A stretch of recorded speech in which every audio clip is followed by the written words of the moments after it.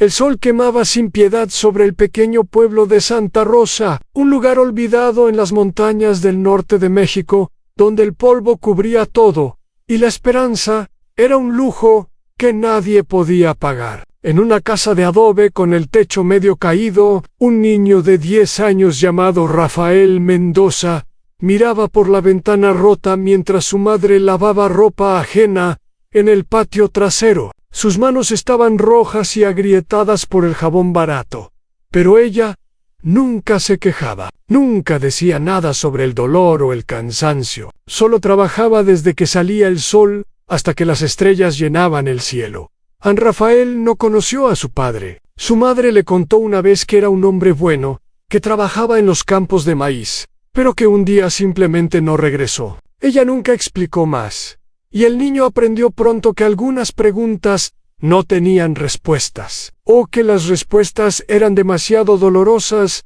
para decirlas en voz alta. Lo que Rafael sí sabía era que en Santa Rosa había dos tipos de personas: a los que nacían pobres y morían pobres, y los que se unían a los hombres de las camionetas negras que bajaban de las montañas cada semana. Esos hombres siempre tenían dinero, usaban botas de piel de serpiente, sombreros caros y cadenas de oro que brillaban bajo el sol del mediodía. Cuando llegaban al pueblo, todos los miraban con una mezcla de miedo y admiración. Los niños corrían detrás de sus camionetas, esperando que les tiraran monedas o dulces. Los adultos bajaban la mirada y entraban a sus casas. Nadie hablaba de lo que esos hombres hacían en las montañas, pero todos lo sabían. El negocio de la droga era el único negocio que funcionaba en esa parte del país.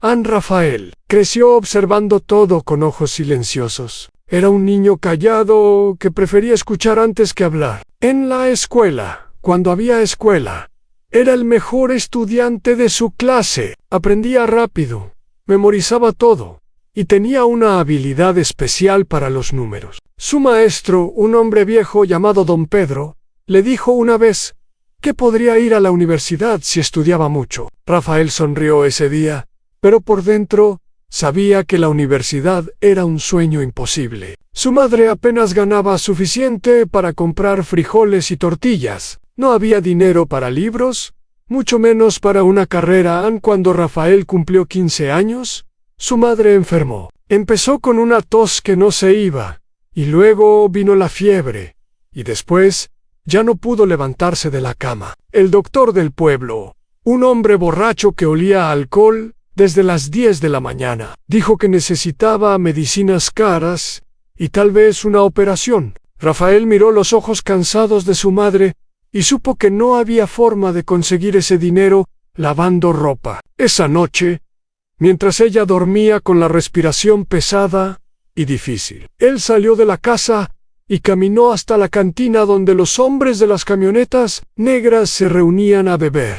El jefe local se llamaba El Cuervo. Era un hombre gordo, con una cicatriz que le cruzaba la mejilla izquierda y una risa que sonaba como el gruñido de un perro. Cuando vio a Rafael entrar en la cantina, levantó una ceja y se rió. Un niño flaco y sucio pidiendo trabajo no era nada nuevo. Todos los meses llegaban 3 o 4 como él, desesperados y hambrientos. La mayoría no duraba ni una semana. Algunos terminaban muertos en una zanja, otros simplemente desaparecían, y unos pocos se convertían en parte del negocio. El Cuervo le hizo una pregunta simple a Rafael. Le preguntó si tenía miedo de morir. Rafael lo miró directo a los ojos, sin parpadear. Why did you know? Dijo que el miedo era un lujo que no podía pagar, igual que la medicina de su madre. El Cuervo dejó de reír. Había algo en los ojos de ese niño, algo frío y calculador que no había visto antes. Le dio un trabajo esa misma noche. Rafael se convirtió en halcón, un vigilante que se paraba en las esquinas del pueblo y reportaba cualquier movimiento extraño. Policías, militares, miembros de carteles rivales, cualquier cosa que pudiera ser una amenaza. En el trabajo pagaba poco, pero era suficiente para comprar las medicinas de su madre. Rafael pasaba las noches en las esquinas oscuras del pueblo, con un teléfono barato en el bolsillo y los ojos bien abiertos. Aprendió a reconocer los diferentes tipos de vehículos, a identificar a los policías por la forma en que caminaban, a notar cuando alguien no pertenecía al lugar. Era bueno en su trabajo, muy bueno. En 6 meses, el cuervo empezó a darle más responsabilidades.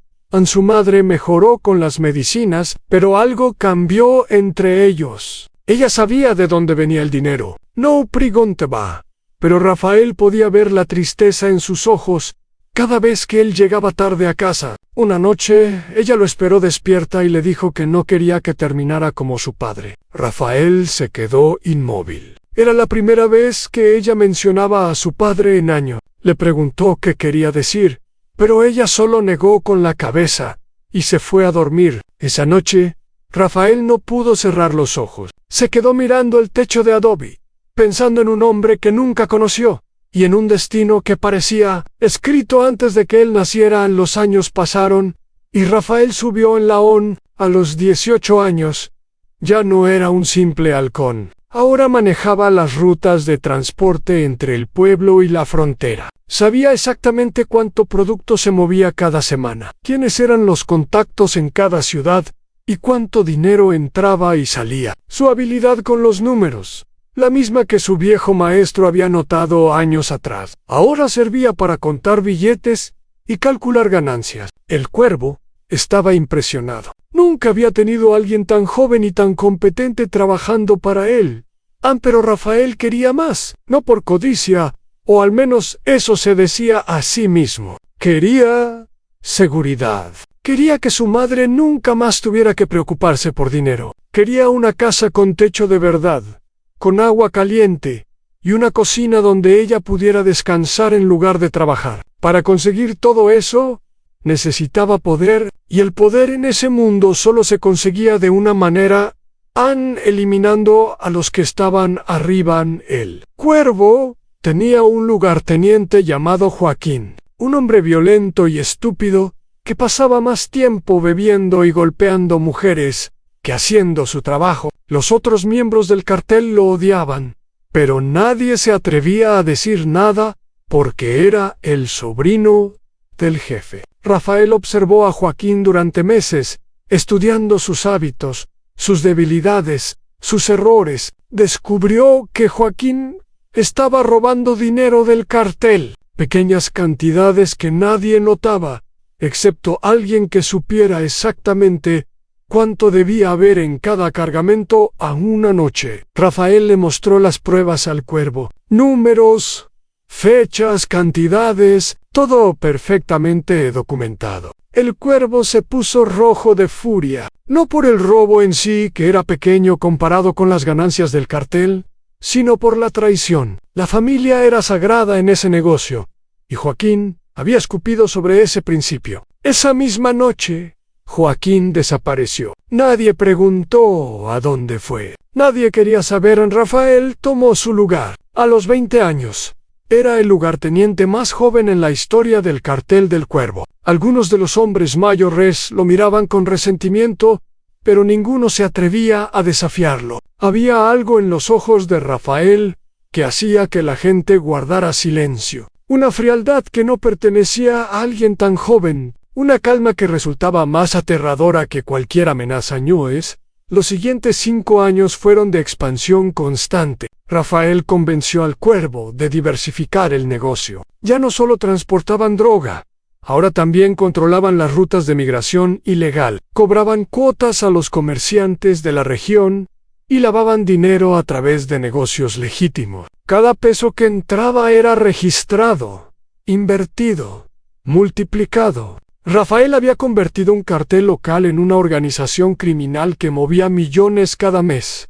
Pero el éxito trajo enemigos. Un cartel rival del sur, conocido como los Diablos, comenzó a presionar las fronteras del territorio. Hubo enfrentamientos pequeños al principio, escaramuzas en pueblos remotos, donde morían 1 o 2 hombres de cada lado. Luego los ataques se volvieron más grandes, más violentos. El Cuervo quería negociar, encontrar un acuerdo, que mantuviera la paz. Rafael sabía que eso era imposible. Los diablos no querían paz. Querían todo a la guerra. Estalló un martes por la noche. Los diablos atacaron un convoy que transportaba un cargamento grande hacia la frontera. Mataron a 12 hombres y se llevaron todo. El cuervo estaba furioso, pero también asustado. Nunca había enfrentado algo así. Rafael, en cambio, estaba tranquilo. Ya había planeado para este momento. Tenía informantes dentro de los diablos, hombres que había comprado con dinero y promesas durante los últimos 2 años. Sabía exactamente dónde estaba el líder enemigo y cuántos hombres lo protegían. El contraataque fue rápido y brutal. Rafael lideró personalmente a 30 hombres armados hasta el corazón del territorio de los diablos. Atacaron de noche, cuando la mayoría dormía. La batalla duró menos de 1 hora. Cuando el sol salió, el líder de los diablos estaba muerto y su organización destruida. Rafael recibió una bala en el hombro y un corte profundo en la cara que le dejó una cicatriz desde la ceja hasta la mandíbula, pero estaba vivo. Y eso era lo único que importaba. An el Cuervo murió 6 meses después, no en una batalla ni asesinado por enemigos, sino de un ataque al corazón mientras cenaba en su casa. Algunos dijeron que fue el estrés de los últimos años. Otros susurraron que alguien había puesto algo en su comida. Rafael nunca confirmó ni negó nada. Lo único que hizo fue tomar el control del cartel al día siguiente del funeral. Nadie se opuso. Nadie se atrevió a nada a los 32 años. Rafael Mendoza era el líder indiscutible del cartel más poderoso del norte de México. Tenía una mansión en las montañas con vista a 3 estados, un ejército de hombres leales y más dinero del que podría gastar en 10 vidas. Su madre vivía en una casa grande en la ciudad, con sirvientes y doctores privados que cuidaban su salud día y noche. Ella nunca preguntaba de dónde venía todo eso. Ya había dejado de preguntar hace mucho tiempo. An Rafael se casó con una mujer llamada Elena, hija de un político local, que prefería el dinero del cartel a los principios morales. Tuvieron 2 hijos, un niño y una niña, que crecieron en escuelas privadas sin saber exactamente a qué se dedicaba su padre. Rafael los amaba de una manera que lo sorprendía a sí mismo. Cuando los veía jugar en el jardín de la mansión, sentía algo cálido en el pecho que no había sentido desde que era niño. Pero ese calor siempre venía acompañado de miedo. Miedo de que algún día sus enemigos los encontraran. Miedo de que pagaran por sus pecados.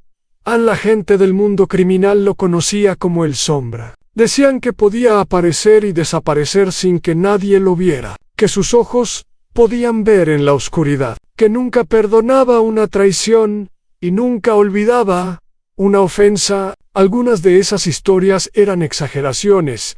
Otras eran completamente ciertas. Rafael cultivaba su leyenda con cuidado, sabiendo que en su negocio, la reputación era tan valiosa como las armas, pero detrás de la leyenda había un hombre que dormía poco y confiaba en menos personas cada día. Rafael sabía que el poder que había construido era frágil. Dependía de la lealtad de hombres que podían ser comprados, de alianzas con políticos que podían cambiar de opinión, de rutas de transporte que podían ser interceptadas. Un error, un momento de debilidad, y todo podría derrumbarse.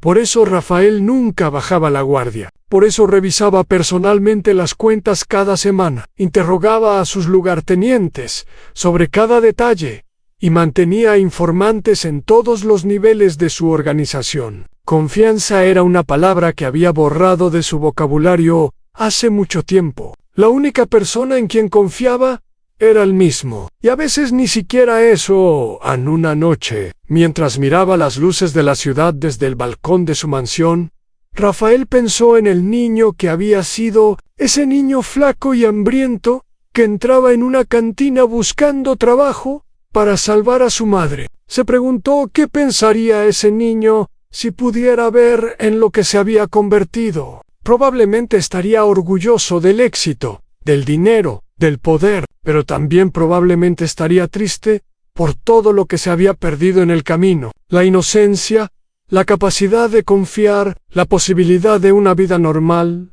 Rafael tomó un trago de whisky caro y dejó que el líquido quemara su garganta. No había vuelta atrás. El camino que había elegido solo tenía una dirección, y él lo sabía desde el momento en que entró en esa cantina hace casi 20 años. Lo único que podía hacer ahora era seguir adelante, proteger lo que había construido y esperar que cuando llegara el final fuera rápido y sin dolor.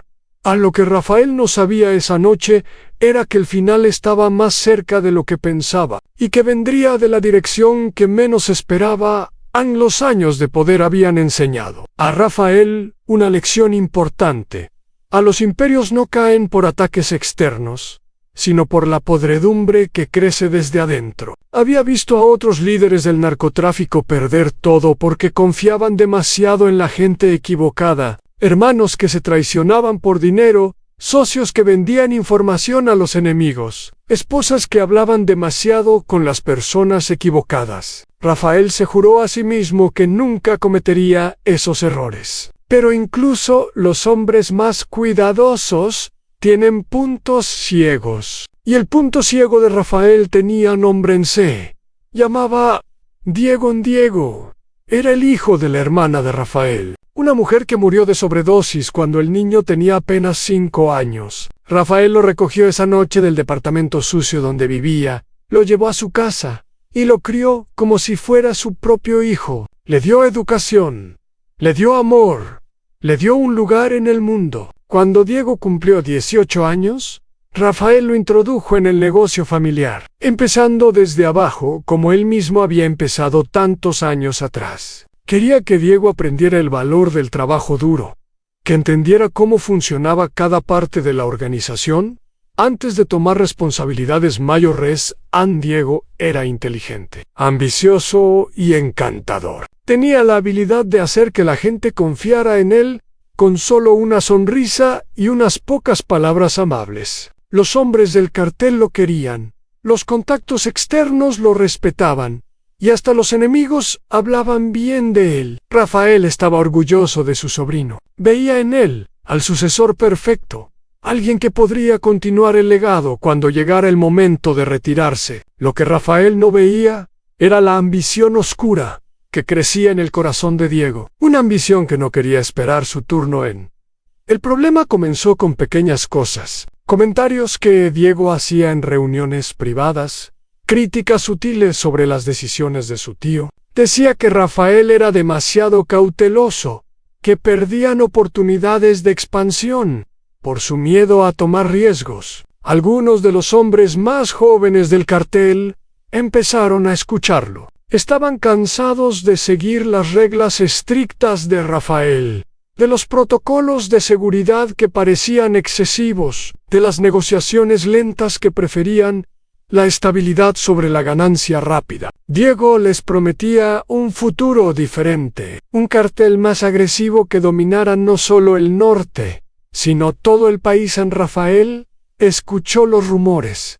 Por supuesto, tenía oídos en todas partes, pero cuando le preguntó a Diego directamente, su sobrino negó todo con la misma sonrisa encantadora de siempre. Dijo que eran habladurías de hombres envidiosos, que él nunca haría nada contra la persona que lo había salvado de la calle. Rafael quiso creerle, necesitaba creerle. Diego era lo más cercano a un hijo que tenía en el negocio, y la idea de que lo traicionara era demasiado dolorosa para considerarla seriamente.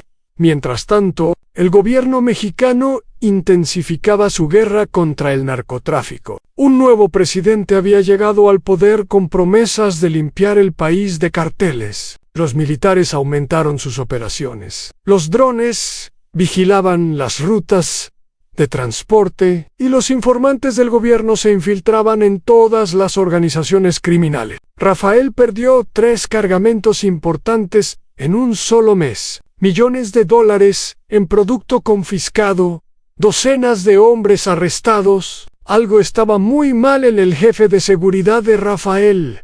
Un hombre veterano llamado Héctor le trajo noticias preocupantes. Había evidencia de que alguien dentro del círculo cercano estaba filtrando información. No tenía pruebas concretas todavía, pero los patrones eran claros. Cada vez que se planeaba un envío grande, las autoridades aparecían en el lugar exacto y el momento exacto. Era imposible que fuera coincidencia. Rafael ordenó una investigación discreta, y los resultados apuntaron a 3 posibles traidores en su contador de confianza. Uno de sus lugartenientes más antiguos, y Diego, en la paranoia, se apoderó de Rafael. Empezó a dormir menos, a revisar cada documento personalmente, a grabar las conversaciones sin que nadie lo supiera. Su esposa Elena notó el cambio y le preguntó qué pasaba, pero él solo le dijo que eran problemas de trabajo.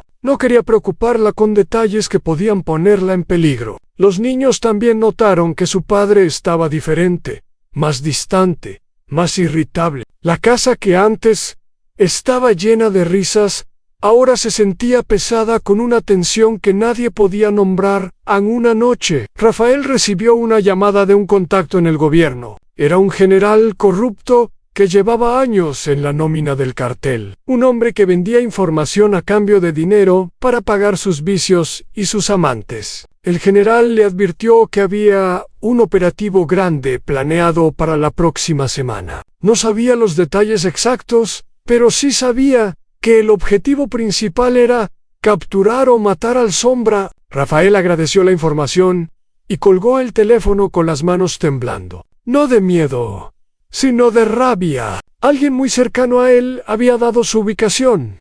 Rafael decidió hacer una prueba. Convocó una reunión con sus 3 sospechosos por separado y les dio a cada uno información diferente sobre un cargamento ficticio. Si las autoridades aparecían en alguno de los lugares mencionados, sabría exactamente quién era el traidor. Era una trampa simple pero efectiva, el tipo de estrategia que había usado docenas de veces durante su carrera. Los días de espera fueron los más largos de su vida. Rafael pasaba las horas mirando mapas, revisando jipochis, anticipando cada posible escenario. Su mente trabajaba sin descanso, calculando probabilidades, preparando planes de contingencia. Cuando llegó el día señalado, envió observadores a los 3 lugares. Solo uno de ellos reportó actividad militar. El lugar que había mencionado a Diego en el descubrimiento golpeó a Rafael como un puñetazo en el estómago. Durante unos minutos no pudo moverse, no pudo pensar. El niño que había recogido de un departamento sucio, el joven que había entrenado con paciencia, el hombre que había tratado como un hijo, lo había traicionado. Rafael sintió algo romperse dentro de él, algo que no sabía que todavía existía. Tal vez era lo último que quedaba de su capacidad de confiar en alguien. Pero Rafael no era un hombre que actuara por impulso. Sabía que necesitaba más información antes de hacer cualquier movimiento. Puso a Diego bajo vigilancia secreta, usando hombres que su sobrino no conocía. Durante las siguientes semanas, descubrió la verdad completa. Diego se había aliado con un cartel rival del sur, una nueva organización llamada Los Reyes, que había surgido de las cenizas de los diablos. Les prometió el territorio del norte, a cambio de apoyo para derrocar a su tío. El plan era simple: en eliminar a Rafael y tomar el control del cartel. Lo que más dolió a Rafael no fue la traición en sí, sino los motivos. Diego no actuaba por necesidad, como él había actuado tantos años atrás, cuando entró en ese mundo para salvar a su madre. Diego actuaba por pura ambición, por impaciencia, por el deseo de tener más cuando ya tenía mucho. Rafael le había dado todo, y no era suficiente. Nunca iba a ser suficiente. La situación se complicó cuando Rafael descubrió que Diego no estaba solo en su conspiración. Varios de los lugartenientes más jóvenes se habían unido a él, seducidos por promesas de mayor poder y riqueza. Incluso algunos de los hombres que Rafael consideraba leales habían sido comprados o amenazados para cambiar de lado. El cartel que había construido durante décadas estaba dividiéndose desde adentro, y él no lo había visto hasta que era casi demasiado tarde. Rafael convocó una reunión secreta con Héctor y los pocos hombres en quienes todavía confiaba. Eran menos de 20 veteranos que habían estado con él desde los primeros días. Les explicó la situación, sin adornos. Don Diego planeaba un golpe, y probablemente ocurriría pronto. La pregunta era, ¿qué hacer al respecto? Algunos sugirieron actuar primero, eliminar a Diego y a sus seguidores antes de que pudieran moverse. Otros recomendaron negociar, buscar una manera de resolver el conflicto sin guerra interna. Rafael escuchó todas las opiniones en silencio. Finalmente, tomó una decisión. No iba a matar a Diego.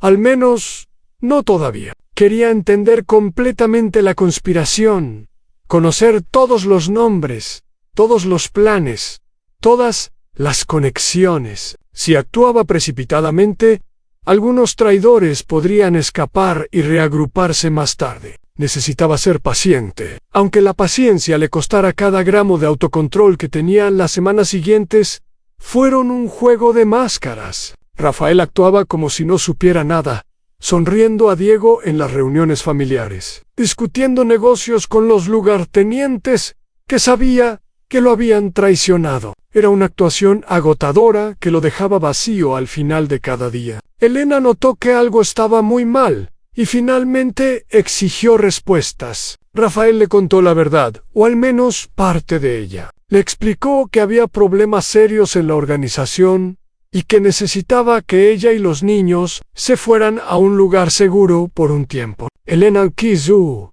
protestar, pero vio algo en los ojos de su esposo que la silenció. Tomó a los niños y se fue a una casa en la costa que nadie conocía, con su familia a salvo. Rafael se concentró en prepararse para lo inevitable. Fortificó su mansión con hombres armados adicionales. Estableció rutas de escape secretas y movió dinero a cuentas que nadie podía rastrear. También empezó a recopilar evidencia contra Diego, documentos que probaban su traición más allá de cualquier duda. Si algo le pasaba, quería que el mundo supiera la verdad.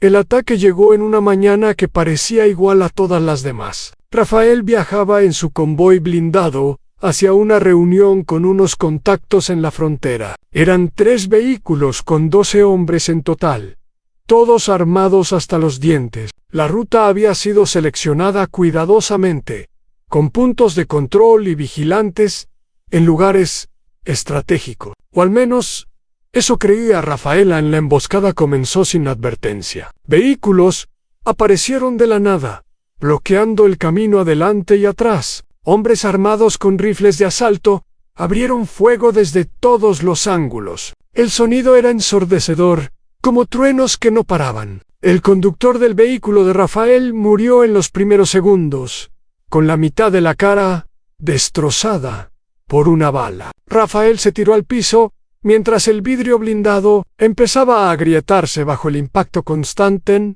El tiroteo duró 20 minutos, que se sintieron como horas. Rafael escuchaba los gritos de sus hombres, el ruido de los motores, las explosiones de granadas. Intentó comunicarse por radio, pero la señal estaba bloqueada. Estaba atrapado, rodeado por enemigos que querían verlo muerto. Por primera vez en muchos años, Rafael sintió miedo real. No miedo de morir, sino miedo de morir sin haber terminado lo que necesitaba hacer. Una granada golpeó el costado de su vehículo y explotó. La fuerza del impacto lanzó a Rafael contra la puerta opuesta, rompiéndole varias costillas. Fragmentos de metal le cortaron las piernas y el abdomen. El dolor era indescriptible, como fuego líquido corriendo por sus venas. Pero Rafael no gritó. Se arrastró hacia la puerta, la abrió con manos ensangrentadas y salió del vehículo en llamas afuera.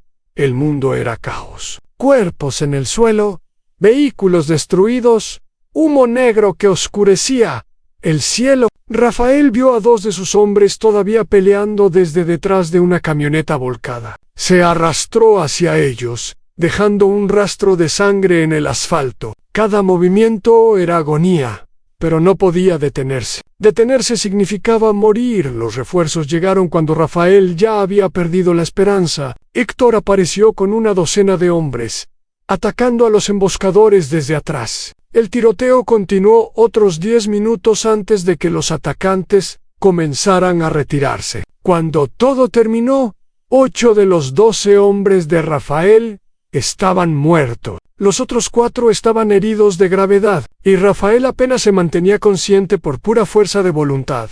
Lo llevaron a un hospital clandestino, un lugar secreto donde doctores corruptos trataban a criminales sin hacer preguntas. La operación duró 6 horas. Los cirujanos le sacaron 13 fragmentos de metal del cuerpo, le repararon un pulmón perforado y cerraron heridas que habrían matado a cualquier hombre normal. Cuando Rafael despertó 3 días después, Héctor estaba sentado junto a su cama con noticias que confirmaban lo que ya sabía. La emboscada había sido organizada por Diego. Los hombres que atacaron eran sicarios de los reyes, contratados específicamente para matar a El Sombra. Diego había dado la ruta exacta del convoy, los horarios, la cantidad de hombres. Había vendido a su tío como si fuera mercancía. Rafael escuchó todo sin decir una palabra. Su cara no mostró ninguna emoción, pero por dentro algo había cambiado para siempre. Ya no quedaba nada del hombre que había criado a Diego como un hijo,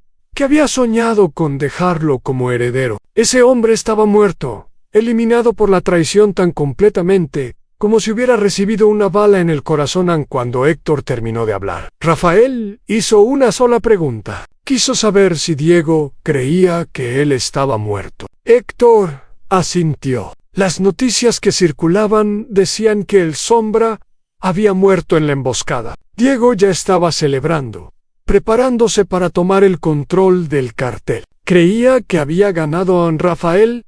Cerró los ojos y sonrió por primera vez desde el ataque. Era una sonrisa fría, sin humor, la sonrisa de un depredador que acaba de identificar a su presa. Diego había cometido el error más grande de su vida. Lo había dejado vivo, y ahora iba a pagar por ello de una manera que nunca podría imaginar. La venganza de Rafael no sería rápida ni simple. No iba a limitarse a matar a Diego como cualquier otro enemigo. Eso sería demasiado fácil, demasiado misericordioso. No, Rafael tenía planes mucho más elaborados para su sobrino. Iba a destruirlo completamente, quitarle todo lo que valoraba, hacerle desear la muerte como un alivio. Y solo entonces, cuando Diego estuviera completamente roto, Rafael le daría su veredicto final.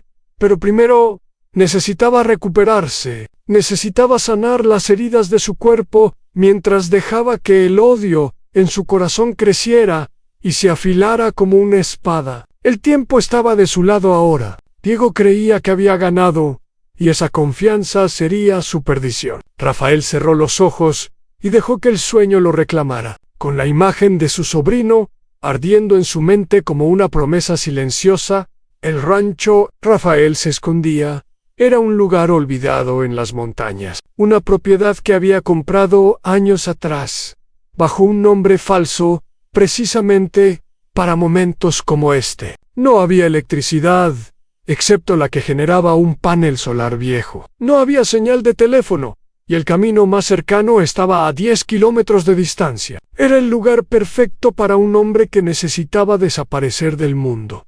En las primeras semanas fueron las más difíciles. Rafael apenas podía moverse de la cama sin que el dolor lo hiciera ver estrellas. Los doctores que Héctor traía cada pocos días le decían que era un milagro que estuviera vivo, que cualquier otra persona habría muerto 3 veces con las heridas que tenía. Rafael escuchaba sin comentar. No creía en milagros, creía en la voluntad. Y la suya era más fuerte que cualquier herida. En Héctor se convirtió en sus ojos y oídos durante esos meses de recuperación. Viajaba entre el rancho y el mundo exterior, trayendo noticias, medicinas y comida. Las noticias eran casi siempre malas. Diego había tomado el control del cartel sin oposición seria. Los hombres que habían sido leales a Rafael ahora trabajaban para su sobrino, algunos por elección y otros por miedo. Los negocios continuaban funcionando, aunque con más violencia y menos organización que antes. Lo que más preocupaba a Rafael era la alianza de Diego con los Reyes, según la información de Héctor. El acuerdo había sido más profundo de lo que Rafael había imaginado. Diego no solo había pedido ayuda para el golpe, sino que había prometido entregar parte del territorio del norte como pago. Rutas de transporte que Rafael había construido durante décadas ahora estaban en manos de extraños. Era como ver a alguien destruir una casa que habías construido con tus propias manos.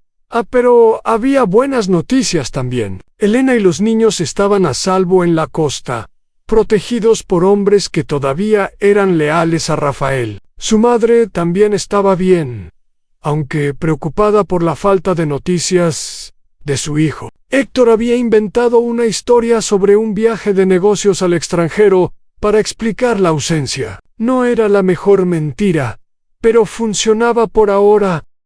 Rafael pasaba sus días de recuperación planeando. Tenía un cuaderno donde escribía nombres, conexiones, debilidades. Cada persona que había traicionado estaba en esa lista, junto con todo lo que Rafael sabía sobre ellos, sus familias, sus propiedades, sus secretos, sus miedos. La información era poder, y Rafael tenía décadas de información acumulada en su memoria.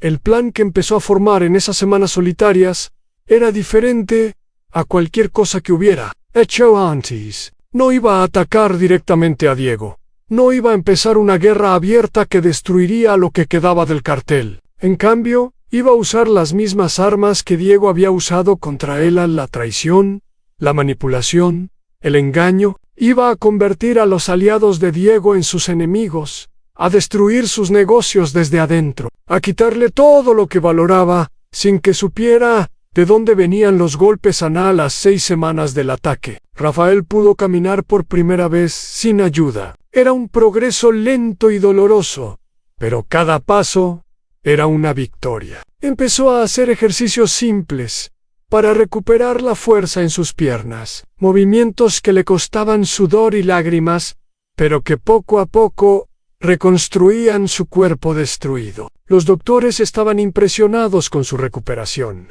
Decían que nunca habían visto a alguien con tanta determinación durante este tiempo. Rafael también empezó a contactar discretamente a personas clave. Había hombres que conocía desde hace años, hombres que le debían favores o que tenían razones propias para odiar a Diego, un político cuya carrera había sido arruinada por las indiscreciones del nuevo líder. Un jefe de policía que había sido humillado públicamente. Un líder de otro cartel que veía a Diego como una amenaza creciente. Rafael plantaba semillas en cada conversación, pequeñas ideas que crecerían con el tiempo.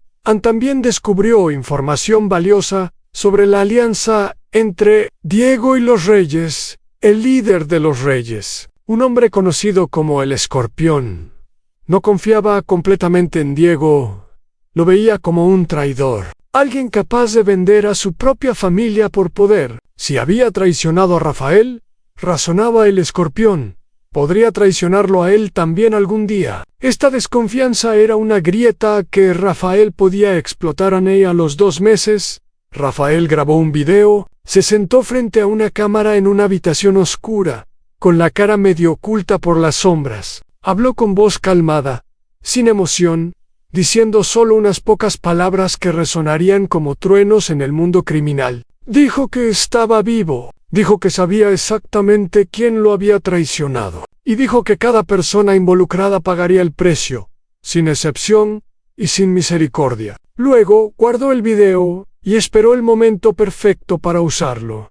Las semanas siguientes fueron de preparación intensa. Rafael convocó a los hombres que todavía le eran leales. Una docena de veteranos que habían trabajado con él desde los primeros días. Se reunieron en el rancho una noche sin luna. Hombres de caras curtidas y manos manchadas de sangre que habían visto todo en la vida, pero que todavía creían en la lealtad. Rafael les explicó el plan sin adornos, Les dijo que sería peligroso, que probablemente algunos morirían, y que los que sobrevivieran serían recompensados, más allá de lo que pudieran imaginar. Todos aceptaron, sin dudar. El primer golpe fue contra los negocios legales de Diego Rafael. Había descubierto que su sobrino usaba una cadena de restaurantes para lavar dinero, una operación que movía millones cada mes.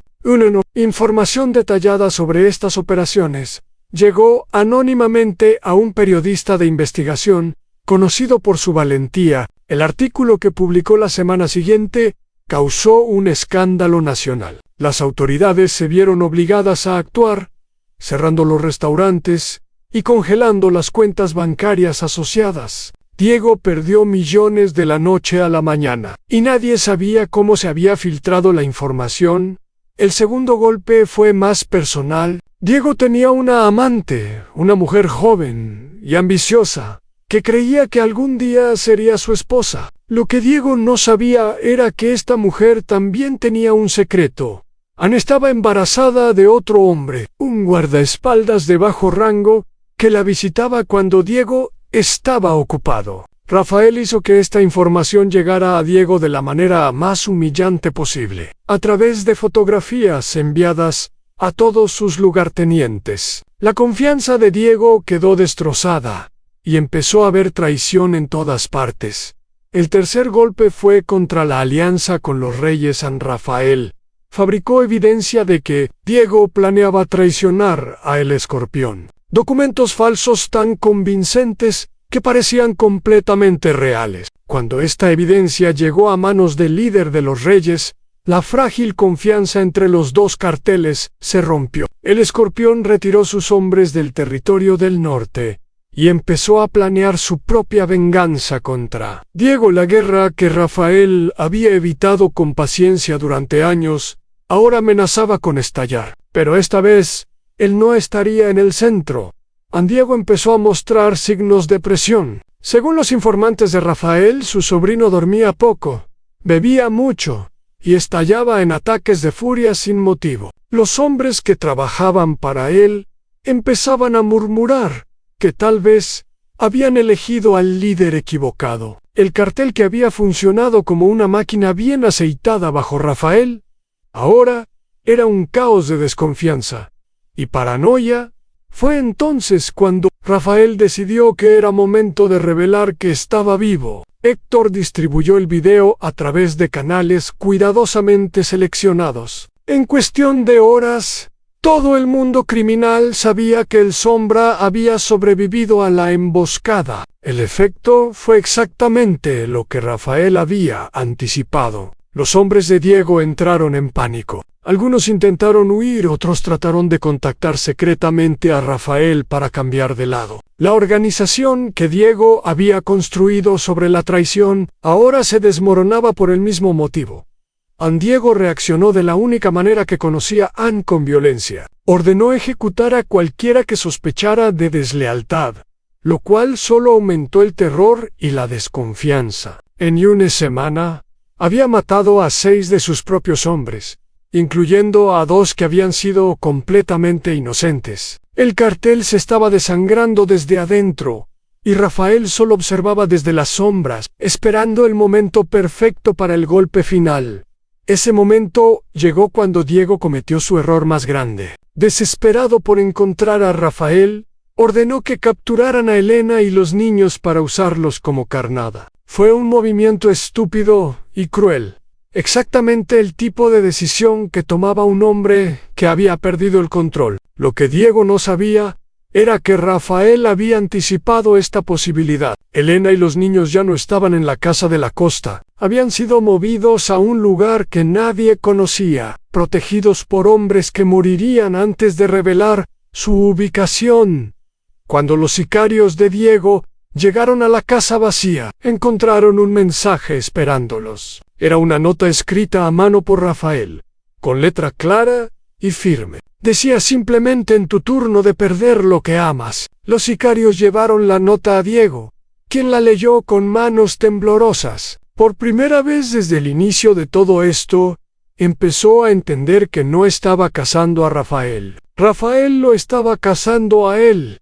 Rafael inició la fase final de su plan esa misma noche. Tenía información sobre todos los que habían traicionado, sobre sus familias, sus propiedades, sus secretos más oscuros. Pero a diferencia de Diego, no iba a usar esa información para matar, iba a usarla para destruir, de una manera mucho más completa, a los hombres de Rafael.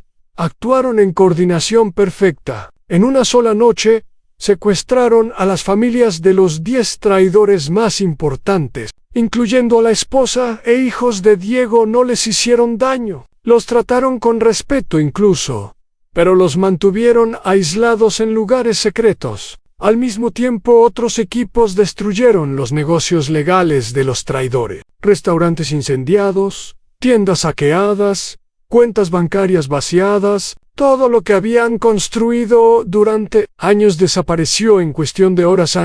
Pero el golpe más devastador fue contra las cuentas bancarias ocultas. Rafael conocía todos los escondites de dinero, todas las cuentas en paraísos fiscales, todos los lugares donde los traidores guardaban su riqueza. Había pasado años construyendo esa información, nunca pensando que la usaría de esta manera. En una noche, transferencias electrónicas movieron millones de dólares fuera del alcance de los traidores. Algunos de ellos despertaron siendo multimillonarios y se acostaron sin un centavo. A la última parte del plan fue exponer los crímenes de los traidores a las autoridades, no los crímenes del cartel, que habrían implicado a Rafael también, sino crímenes personales que cada uno había cometido: evasión de impuestos, fraude, corrupción de funcionarios públicos. Evidencia irrefutable llegó a fiscales y jueces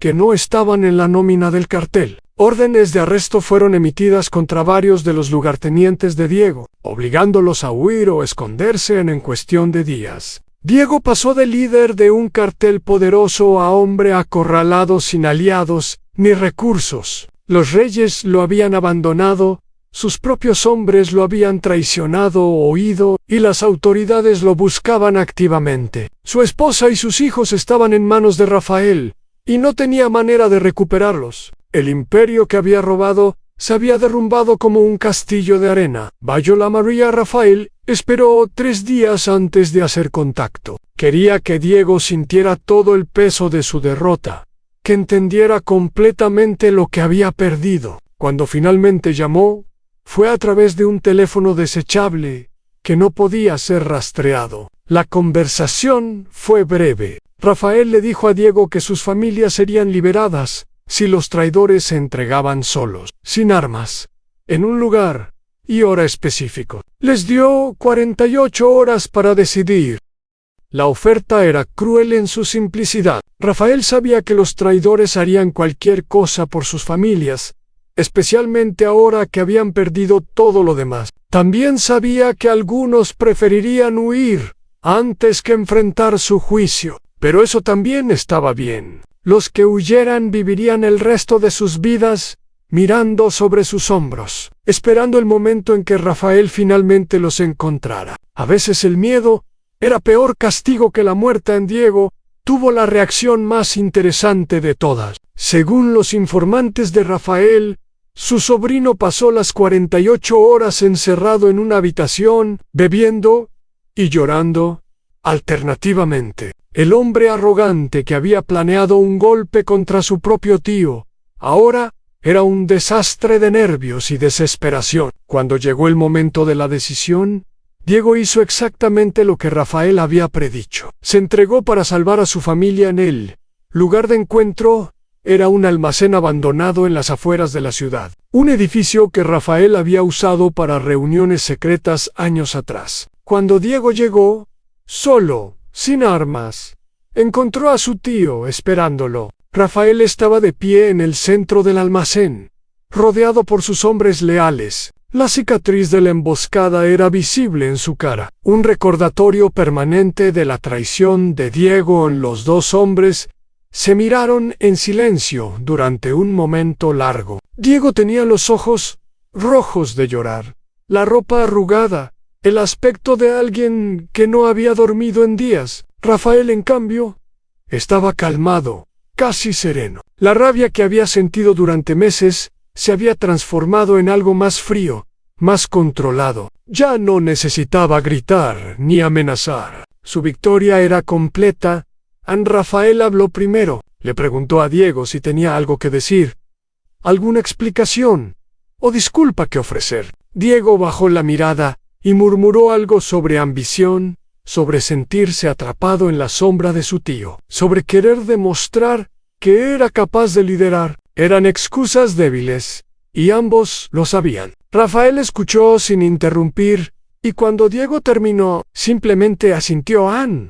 Lo que pasó después sorprendió a todos los presentes, incluyendo a los propios hombres de Rafael. El líder del cartel no ordenó la ejecución de su sobrino, no lo torturó, no lo humilló, no le hizo daño físico de ningún tipo. En cambio, hizo algo mucho más cruel. Le dijo a Diego que era libre de irse, pero había condiciones. Diego sería despojado de todo: su dinero, sus propiedades, sus conexiones, todo sería confiscado. Viviría el resto de su vida en la pobreza y el anonimato, sabiendo que en cualquier momento Rafael podría cambiar de opinión y terminar lo que había empezado. Su familia sería liberada, pero nunca volverían a verlo. Rafael se aseguraría de eso, y lo más importante, Diego viviría sabiendo que su tío lo había perdonado no por amor o misericordia, sino porque la muerte habría sido un alivio demasiado fácil.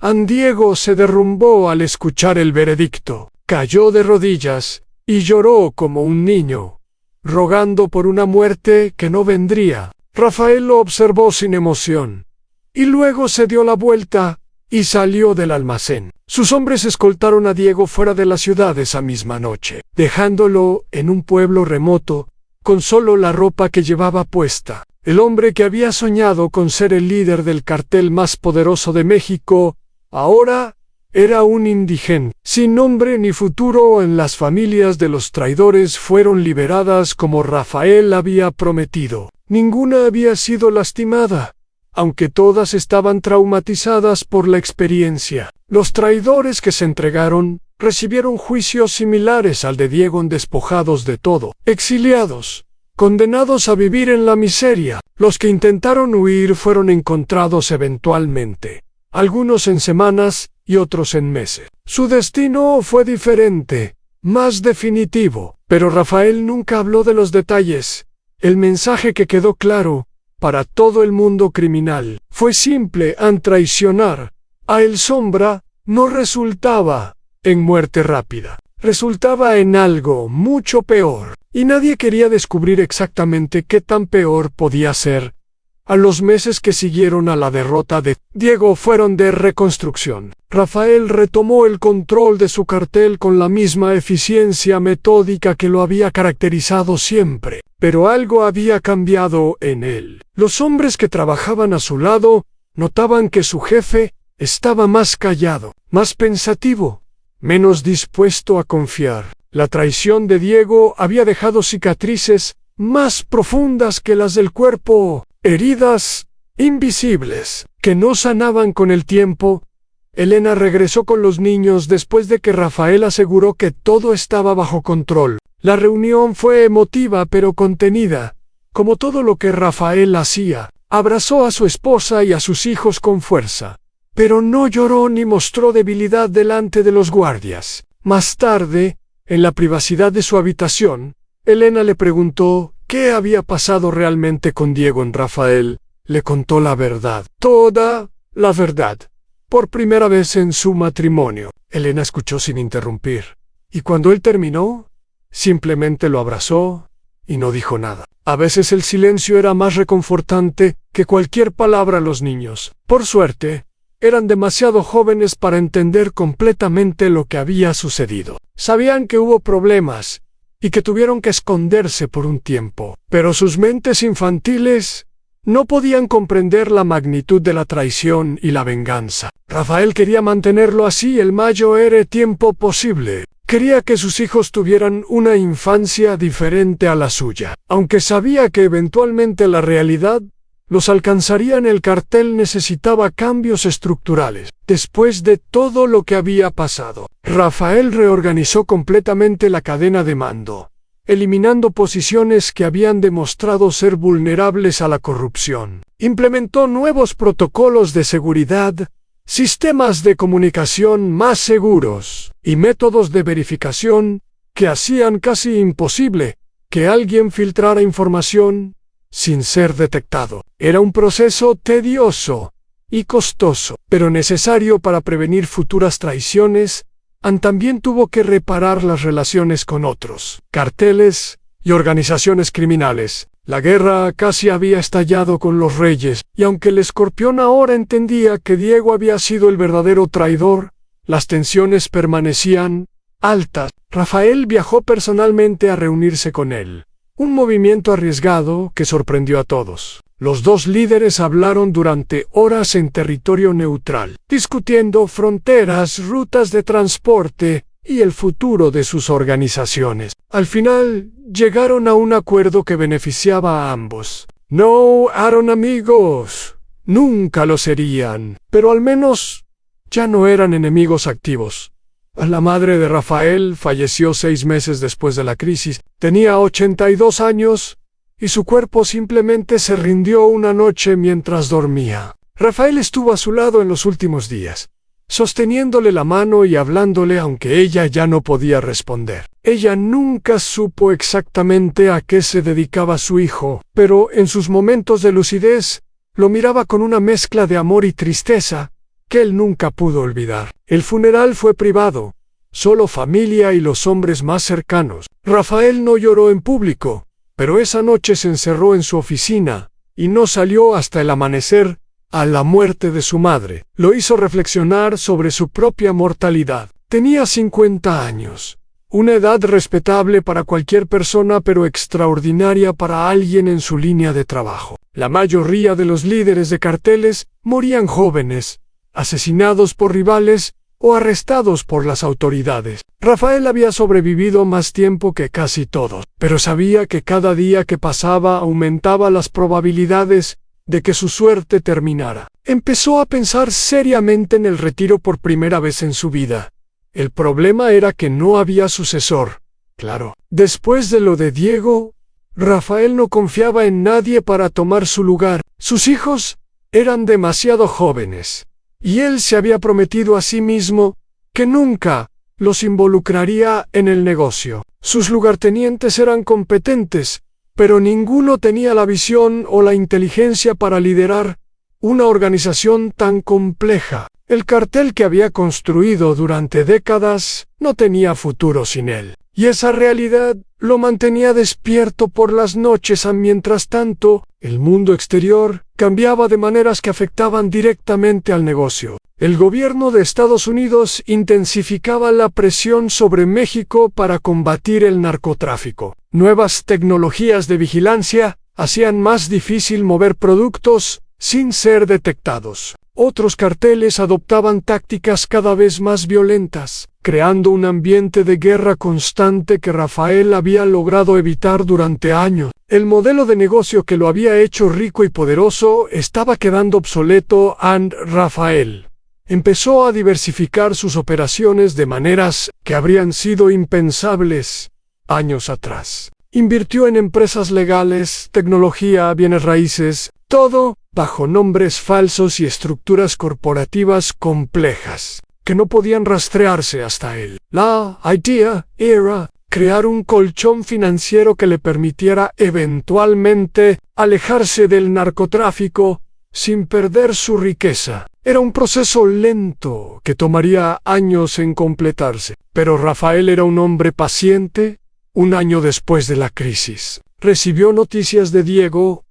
Su sobrino vivía en un pueblo pequeño cerca de la frontera con Guatemala, trabajando como jornalero en campos de café. Los informantes de Rafael lo vigilaban de lejos, reportando cada detalle de su vida miserable. Diego había envejecido 10 años en 12 meses. Su pelo se había vuelto gris, sus hombros se encorvaban, y sus ojos tenían la mirada vacía de alguien que había perdido todo sentido de propósito. Vivía solo en una habitación alquilada, sin amigos, sin familia, sin esperanza. Rafael no sintió satisfacción al escuchar estos reportes. Tampoco sintió lástima. Lo que sentía era un vacío extraño, como si la venganza que había ejecutado tan perfectamente no hubiera llenado el hueco que la traición había dejado.